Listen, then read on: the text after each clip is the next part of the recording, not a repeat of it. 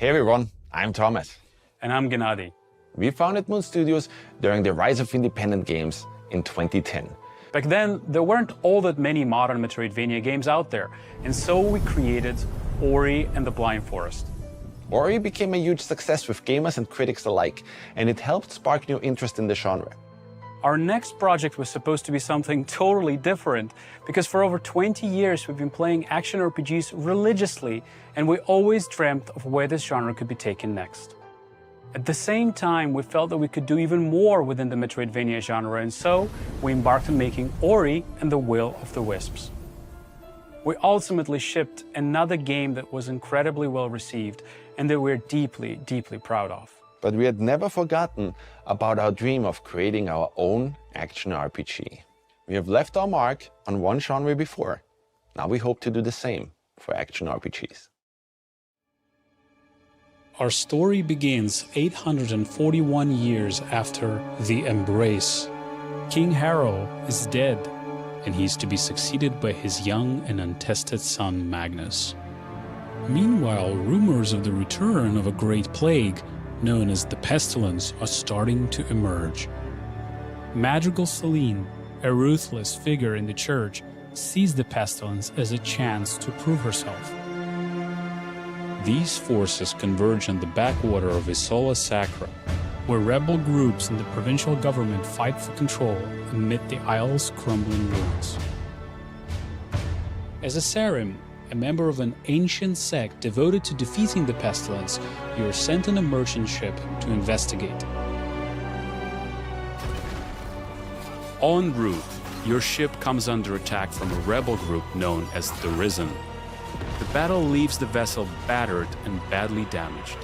The ship stands little chance as it limps towards the shore, and it is torn apart on the rocks at sea.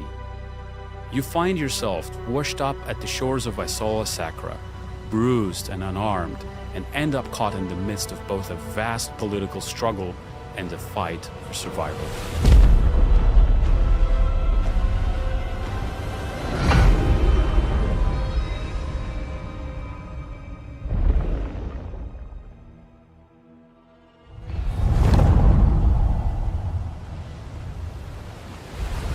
With no rest for the wicked, we decided to handcraft an entirely seamless world. Nothing in this game is procedurally generated. Instead of moving across a randomly generated flat plane, throughout this showcase you will notice that our world is dense, interactive, uses a ton of verticality, and that every inch was crafted by a designer.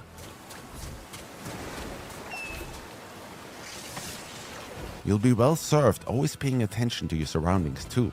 There are secret areas just about everywhere that usually reward you with precious items.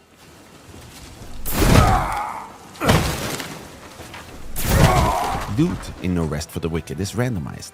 It ensures that every player has their own unique experience, and that every time you explore an area, you might just finally get that last gold ore or new battle axe you've been waiting for.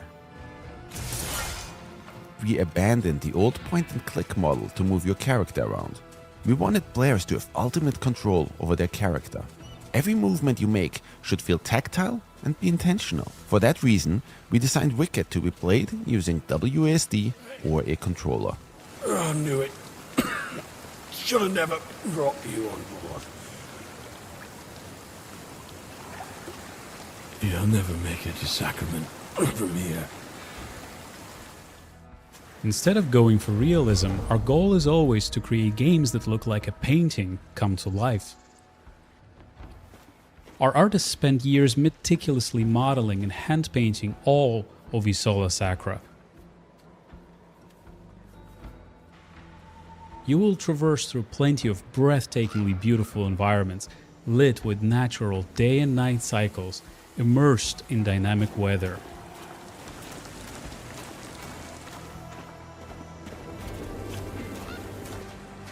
We also engineered a very special way of rendering our top-down world, where you can always see so much further into the distance. Our goal was to make everything as interactive as possible. If an object looks like you can climb it, then you can actually climb it. and if an object is too thin to walk over it, you might just need to balance your way across.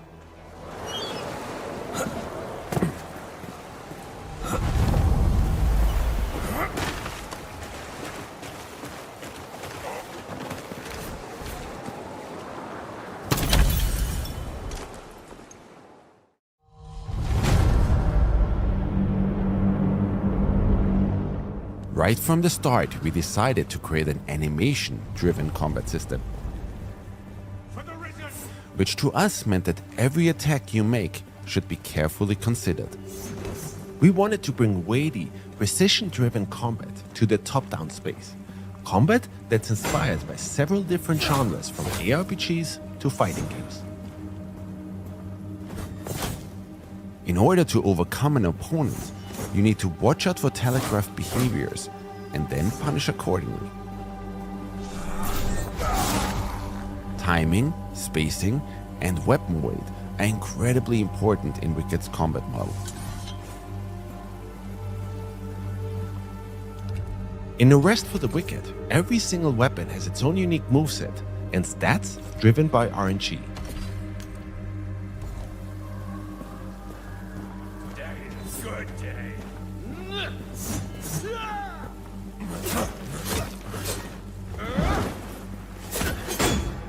Using this dagger, I'll have a hard time breaking this enemy's shield.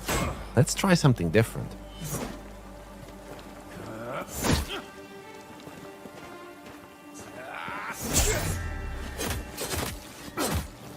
If you time it just right, you can parry incoming attacks, allowing you to exploit an enemy's opening.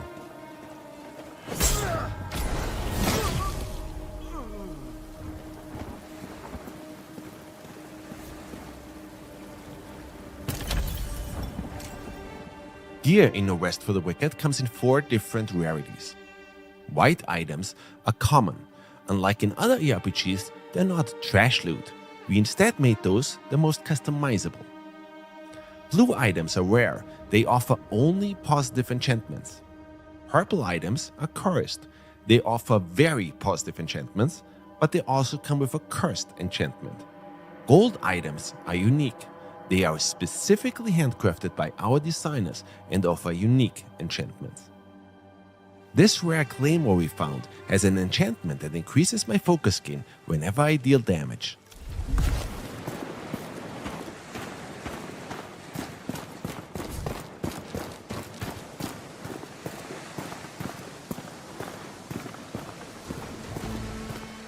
Every weapon has a chance to drop with its own unique rune, which can then be extracted and used on other weapons.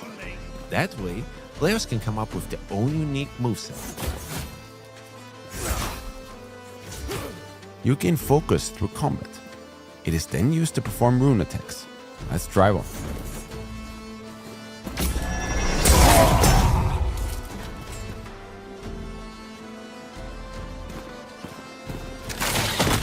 But every now and then, you might not even need to use your weapons to get rid of an enemy. Sometimes, all you need is a little push. Every weapon you'll find in No Rest for the Wicked has its own bespoke moveset, custom made by our incredible animation department. Squash and stretch and other animation principles directly inform our combat design. Layered on top of that, enchantments that drastically impact weapon behavior, and our deep rune system.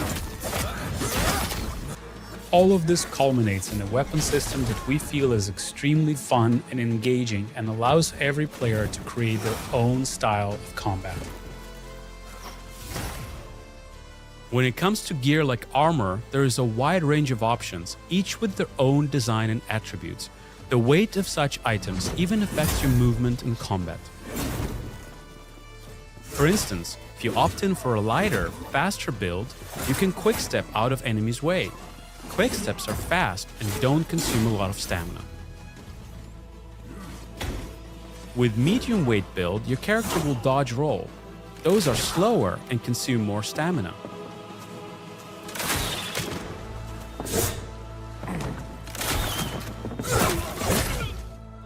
For No Rest for the Wicked, we designed a soft class system.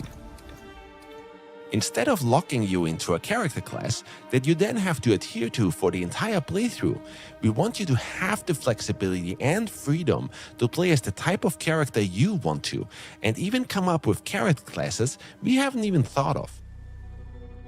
So far, we've shown what combat looks like with a more melee-focused build. Let's take a look at how combat changes for a mage. This character build uses a two-handed staff. We have 3 rune specials available: Blink, Fireball, and Nova.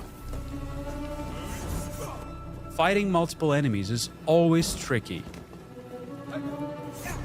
When used right, Nova can be an absolute blast. The uniqueness of each item you find or craft, being able to create any character build you can think of through our soft class system, and the randomized loot, all of these systems combine to ensure each playthrough and every player's experience is never truly the same.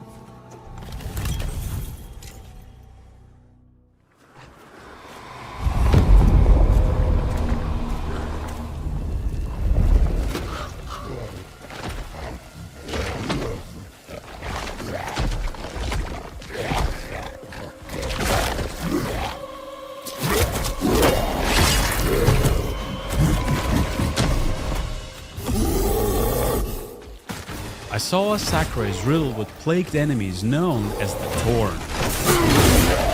As you can see, this Torn has been left to mutate and fester and will prove particularly vicious.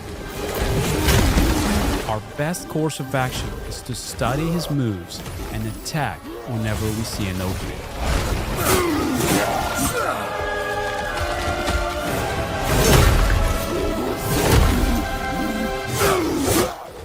Bosses are also quite brutal in No Rest for the Wicked. They will punish every mistake you will make. But keep a cool head, make use of all of the skills you've learned, and you just might succeed. As you can see, No Rest for the Wicked is an intensely skill-based game. Your gear greatly influences your power in battle, but whether you die or overcome the challenge is ultimately down to your skill.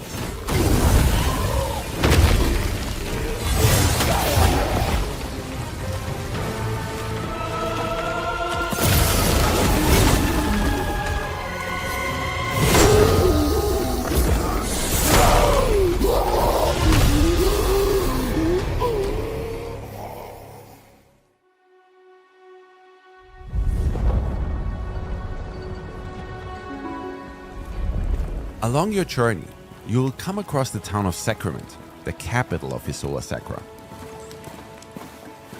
Sacrament is a war-torn place, but over the course of your journey, you can help rebuild Sacrament to its former glory.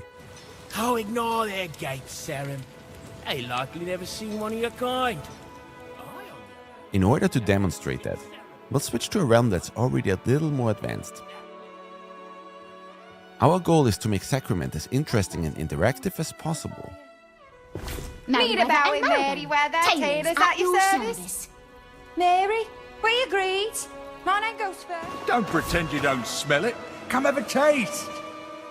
And players will be in control over how Sacrament will evolve over time. For example, after my previous expedition, I helped Fillmore rebuild his smithy. He now sells better gear and is also able to upgrade our gear to a higher level.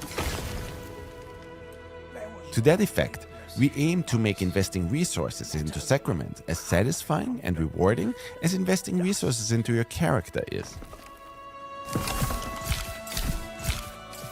Let's take a look at another way you can make Sacrament your own. In Sacrament, you'll be able to purchase real estate. Well, if you have the funds to afford it. The city's gone to shit. Property in Sacrament can get a little bit expensive, but accumulate the riches and you can choose from a wide range of properties to suit anyone's taste. Your house is the perfect place to stash your loot, craft items, relax, and plan everything out for your next big run through the dangerous areas surrounding Sacrament. I just moved in here, so it's a little bit barren.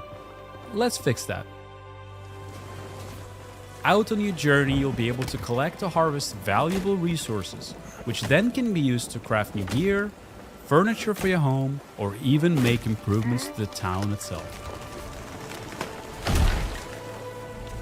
Catch a fish, for example, and it can be cooked and eaten, of course, but certain fish scales might even make for some fine armor. While I was on the shores of Sakura, I collected some pine wood. So now let's make use of that and make this place a little bit more cozy.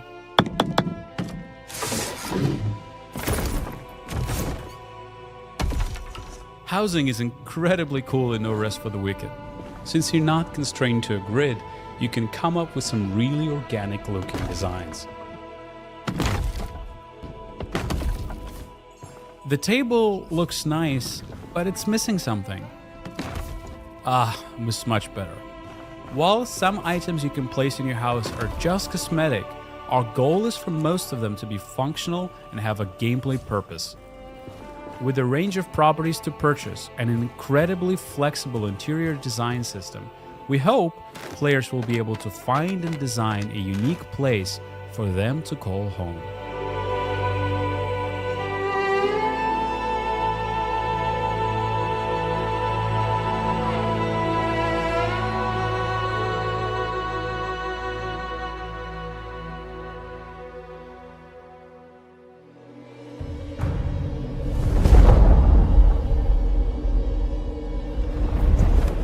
One last thing we'd like to show you today is a system we call Alive. Although No Rest for the Wicked features a traditional campaign, it was important to us that the Solar Sakura is very much a living, breathing world. In order to show you what that means, we're going to go to an area called Mariner's Keep. This is an area I've previously ventured through and explored. However, since my last journey through here, Nif have overrun the local area, presenting entirely new threats for me to tackle and resources for me to scavenge.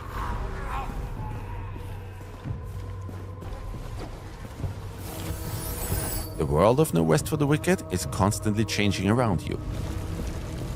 And each time you visit a region, you'll be faced with a drastically different experience.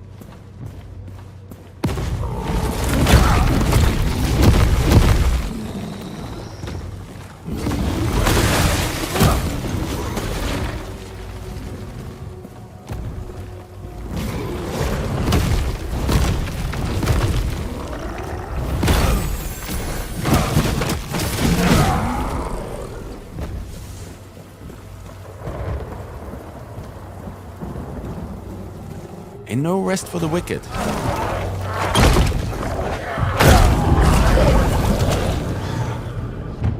You never really know what to expect. For those of you who asked about endgame, yes, we've got you covered. While we don't want to give away too much at this point, once you reach the endgame, you can enter the Serum Crucible. This is where you'll have to test your metal against some of the toughest enemies within No Rest for the Wicked. Our goal is and always has been to create a very different action RPG, one that will hopefully move the genre forward. We believe that Moon Studios is in an incredibly unique position to deliver on this vision.